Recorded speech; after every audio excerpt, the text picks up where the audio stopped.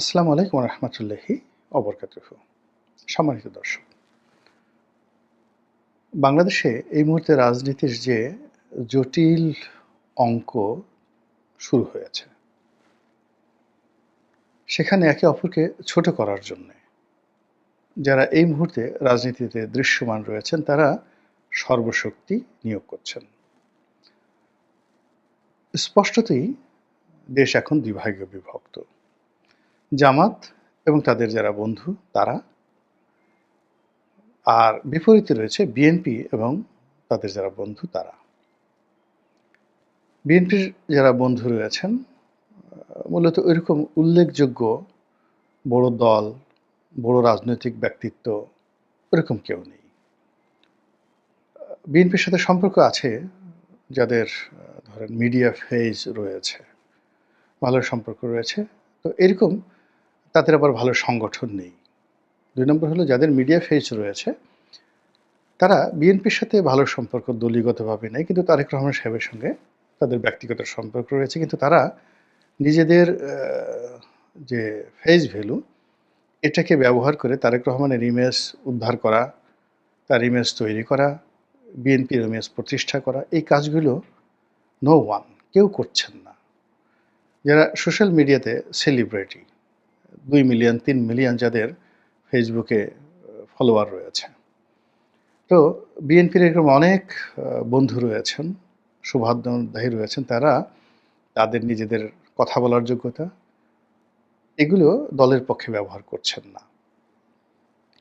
অন্যদিকে যদি সামাজিক মাধ্যম ধরেন, সেই সামাজিক মাধ্যমে বিএনপি বিরোধী শক্তি তারা মানে মুহূর্তের মধ্যে লঙ্কাকাণ্ড ঘটিয়ে দিতে পারেন। এর কারণ হলো পুরো সামাজিক মাধ্যমে তারা রীতিমতো এক একজনের নেপোলিয়ন বোনাপার্ট, জুলিয়াস সিজারের মতো তাদের জনপ্রিয়তা রয়েছে। এখানে আপনি মুফতি আহমদুল্লাহ ধরেন, তারপরে এখানে মিজানুর রহমান আজহারী সাহেব ধরেন, জামাতের আমির ধরেন, পিনাকি ভট্টাচার্য ধরেন, কনক সরোয়ার ধরেন, এরকম আরও অনেকে রয়েছেন যাদের মিলিয়ন মিলিয়ন ফলোয়ার রয়েছে। এবং তারা যদি সম্মিলিতভাবে বিএনপির বিরুদ্ধে যে কোনো একটা কথা বলে, উইদিন 10 মিনিটস এটি মানে যাকে বলা হয় বাংলাদেশের 18 কোটি মানুষ, তো 18 কোটি মানুষ এবং দেশের বাইরে যারা আছেন তাদের যাদের এরকম সামাজিক মাধ্যমে যোগাযোগ করেন, তাদের কাছে এরকম একটা খবর অন্তত 100 বার চলে যাবে।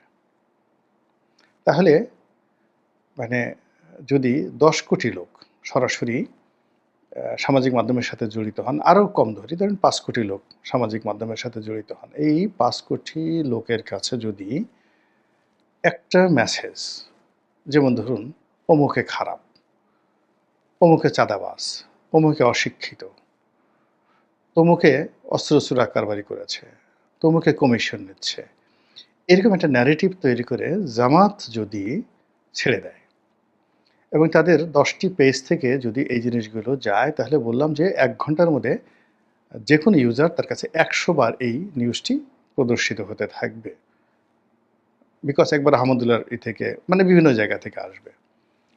ফলে কি হলো, মানুষের মনে বিএনপির সম্পর্কে একটা অটোমেটিক বিষক্রিয়া তৈরি হয়ে যাবে। কিন্তু একই কাজ যদি বিএনপি এখন করতে চায়, তাহলে তাকে তারেক রহমান সাহেবের পেজ থেকে দিতে হবে, অথবা বিএনপির মিডিয়া সেল যেটা রয়েছে তাদের যেখানে মনে করেন যে একেবারে জামাতের একজন রোকন, তাদের পেজ থেকে যে ধরনের ফলো আপ হয়, ঠিক ওই রকম ফলো আপও যাকে বলা হয় মিডিয়া সেলের একটা বক্তব্য যায় না। এখানে তারেক রহমান সাহেবের যে পেজ রয়েছে সেখানে তিনি একটা ভালো বক্তব্য দিলে বা ওখান থেকে তার একটা বক্তব্য প্রসারিত হলে এটি ৮-১০ ঘন্টার মধ্যে ২০-৩০-৪০ হাজার লাইক, কোনো কোনো ক্ষেত্রে ৫০,০০০ ১ লাখ লাইকও চলে আসে। তো একমাত্র ওনার পেজটা ছাড়া আসলে বিএনপির ওইরকম সেলিব্রিটি কোনো পেজ নেই। আর অন্যান্য যারা আছেন, তো তারা সরাসরি কেউ বিএনপি করে না, বাইরের যারা লোক আছেন তারা বিএনপির জন্য এই কাজটি কেউ করছেন না এবং করবেনও না। ফলে কি হলো, এই বিএনপি এবং জামাত এই যে দুটো ভাগ হয়ে গেছে, সেই ভাগের মধ্যে দুটো অসম যুদ্ধ চলছে। একটা অসম যুদ্ধ চলছে হলো সোশ্যাল মিডিয়াতে। সোশ্যাল মিডিয়াতে একটা অসম যুদ্ধ চলছে, যেখানে বলতে গেলে 99% উইনার জামাত এবং তাদের যারা সহযোগী তারা। আর অন্যদিকে বিএনপি যেটা আছে, যেটা ম্যানুয়ালি, অর্থাৎ পথে ঘাটে মাঠে যে প্রথাগত রাজনীতি আছে, সেই রাজনীতিতে 99% ক্ষমতা তাদের, এবং সেখানে এনসিপি বা জামাত কেউ তাদের পক্ষে নেই। তাহলে দেখুন, ভার্চুয়ালি যে যুদ্ধটা হচ্ছে, এটাতে 100%-এর মধ্যে 99% জামাতের পক্ষে, আর মাঠের রাজনীতি বিএনপির পক্ষে। এবং এটা নিয়ে উভয় পক্ষই কনফিডেন্ট। বিএনপি তার মাঠের রাজনীতিতে কনফিডেন্ট, এই জন্য সে বলছে যে ইলেকশন দাও, দেখাই দেব। আর জামাত ভার্চুয়াল জগতে শতভাগ নিশ্চিত হওয়ার কারণে তিনি বলছেন যে আমি যদি আর কিছুদিন সময় পাই, বিএনপির 12টা বাজিয়ে দেব। কয় টাকা চাঁদা পাও, কিভাবে খাও, চাঁদার টাকা দিয়ে কি কি করো, এ সব আমি প্রকাশ করে দেব, টু দি পয়েন্ট, একেবারে জয় বাংলা করে ছেড়ে দেব। তো এইরকম যখন একটা অবস্থা চলছে, টান টান উত্তেজনা, প্রতিদিনই অসংখ্য ঘটনা ঘটছে। যেমন ধরুন, বিএনপি নেতাদের, যাকে বলা হয় এনসিপি নেতাদের চাঁদাবাজি নিয়ে খুব আলোচিত হচ্ছে। ফলে এনসিপি নেতারা এখন বলছে যে আমরা কি চাঁদাবাজি করি, চাঁদাবাজি করে তো বিএনপি, এবং বিএনপি তাদের দায় এড়ানোর জন্য এখন আমাদেরকে লেস কাটা শিয়ালের মতো চাঁদাবাজ বানানোর চেষ্টা করছে। এরকম যখন চলছে, ঠিক সেই সময়টাতে যে একটা স্পেস তৈরি হয়েছে, ব্রিদিং স্পেস, সেই ব্রিদিং স্পেসে আওয়ামী লীগ তার আসল কর্মটি, খেলাটি শুরু করেছে। সে তার দাওয়াতি কর্ম শুরু করছে, পথে ঘাটে মাঠে চায়ের দোকানে বলা শুরু করছে, কি যুগ আসলো ভাই, এভাবে কি চলতে পারে, চালের দাম কত, অমুক। এখন মানুষকে যদি আপনি অভাবের কথা জিজ্ঞাসা করেন, তার অভাব না থাকলেও বলবো অভাব আছে।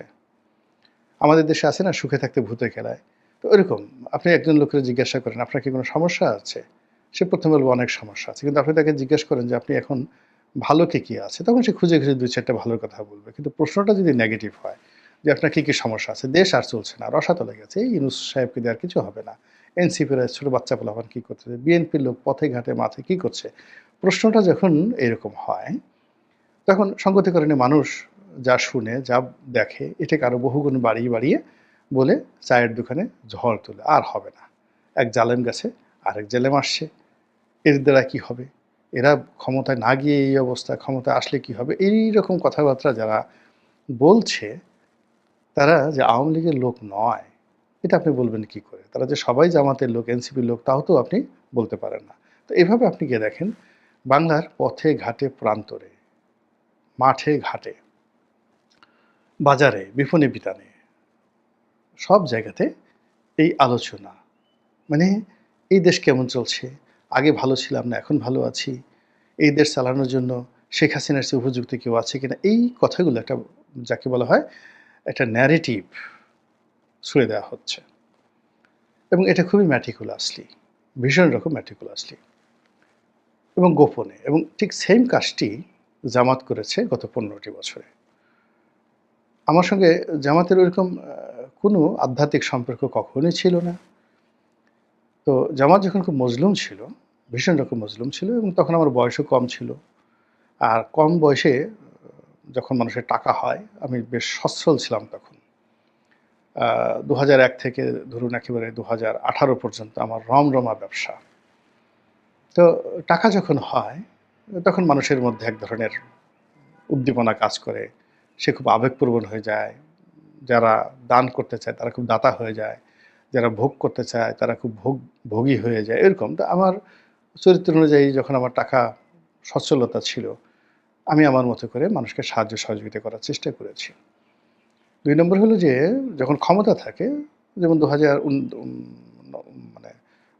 9 থেকে 14 সন পর্যন্ত আমার ডাইরেক্ট বেশ ক্ষমতা ছিল। 14 থেকে 18 পর্যন্ত 4 বছর আমি এমপি ছিলাম না। কিন্তু আওয়ামী লীগে থাকার কারণে কি হলো, আমার যারা বন্ধু-বান্ধব, ছোট ভাই, এরা বড় বড় মন্ত্রণালয়ে ছিলেন, এবং আওয়ামী লীগের সবার সঙ্গে আমার একটা ভালো সম্পর্ক ছিল। আমি এমপি হইনি, নমিনেশন কিনিনি, এটা নিয়ে বন্ধুদের খুব আফসোস ছিল।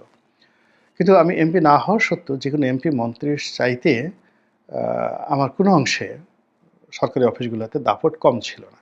একটা টেলিফোন করলে আমি যেকোনো মানুষকে উপকার করতে পারতাম, যেকোনো মানুষকে উপকার করতে পারতাম, এবং সেই কাজটা আমি করেছি। আপনজনের জন্য করেছি এবং ওই দৃষ্টিভঙ্গি থেকে জামাতকে আমার ২০০৯ থেকে মনে হতো যে একটা যাকে বলা হয় মজলুম দল। আওয়ামী লীগ এদের প্রতি অন্যায় করা হচ্ছে। এটা বয়সের কারণে, অনভিজ্ঞতার কারণে। তো আমি আমার সাধ্যমতো জামাতের পক্ষে লিখতাম, বলতাম। আ তাদেরকে তাদের অনেক নেতারা যখন আমার কাছে আসতেন, দাওয়াত মানে আমি তাদেরকে খাওয়াতাম। এরকম একটা সম্পর্ক ছিল এবং তারা অনেক কথা আমাকে বলতেন।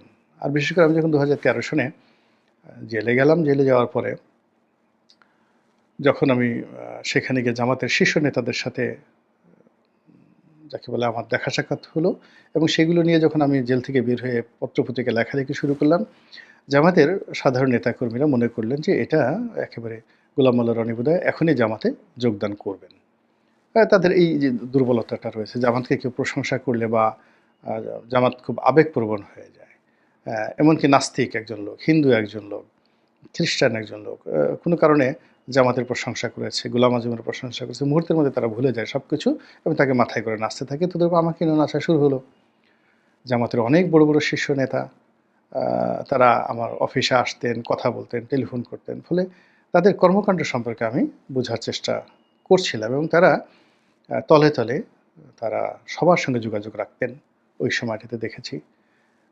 বিএনপি, আওয়ামী লীগ, বুদ্ধিজীবী মানে একেবারে এই যে আলী রিয়াজ সাহেব থেকে শুরু করে ফরহাদ মাজাহার থেকে শুরু করে মানে যত ইসলাম বিরোধী লোকই হোক না কেন কিংবা আওয়ামী লীগের একেবারে সবচেয়ে কট্টরপন্থী আওয়ামী লীগ ধরেন আমির হোসেন আমু। তো আমির হোসেন আমুর বাসায়ও দেখা গেল ঈদ উপলক্ষে জামাত একটা জায়নামাজ পাঠিয়ে দিয়েছে।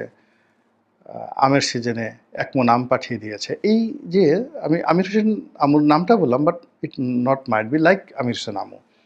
তো এই কাজগুলো জামাত করতেন যেটাকে তারা বলতেন দাওয়াতি কর্মকাণ্ড। যারা জামাতের শত্রু তাদেরকে তারা নিউট্রাল করার চেষ্টা করতেন। যারা জামাতের মিত্র তাদেরকে আরও কাছে টানার চেষ্টা করতেন। যারা আমজনতা তাদেরকে জামাতের প্রতি সহানুভূতিশীল করার চেষ্টা তারা করতেন এবং এটা ২০১৪ থেকে একেবারে ২০২৪-এর এই আগস্ট মাসের ৫ তারিখ পর্যন্ত জামাত এই কাজটা ক্রমবর্ধমান হারে করে গেছে। এবং তাদের যে মহিলা উইংসটা আছে সেটা খুব মানে স্ট্রংলি তারা মহিলাদেরকে ব্যবহার করেছে।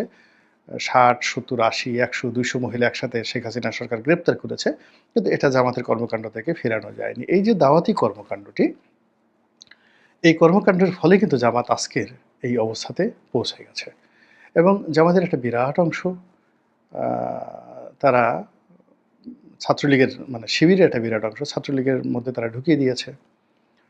জামাতের মাইন্ডেড অনেক কর্মকর্তা কর্মচারী তারা সচিব পর্যায় থেকে শুরু করে বিভিন্ন পর্যায়ে তারা মানে ক্যাবিনেট সচিবের পদমর্যাদায় তারা কিন্তু শেখ হাসিনার জামাতে ঢুকে গেছে এবং শেখ হাসিনা জানতেন যে এই লোকটা জামাত কিন্তু তারপর তার ভালো লাগতো তিনি বলতেন যে আমার তো অনেস্ট একটা অনেস্ট লোক ভালো কাজ করে জামাত করতে করে তাতে কি হয়েছে এরকম মানে জামাতের লোক ক্যাবিনেট সচিব পর্যন্ত হয়েছে একাধিকবার তারপরে প্রধানমন্ত্রীর কার্যালয়ের মুখ্য সচিব হয়েছে। প্রধানমন্ত্রীর অফিসের দপ্তরের বড়, বড় পদে এই জামাতের লোকজন এই দাওয়াতি কর্ম দিয়ে তারা কিন্তু সেখানে পৌঁছে গেছে।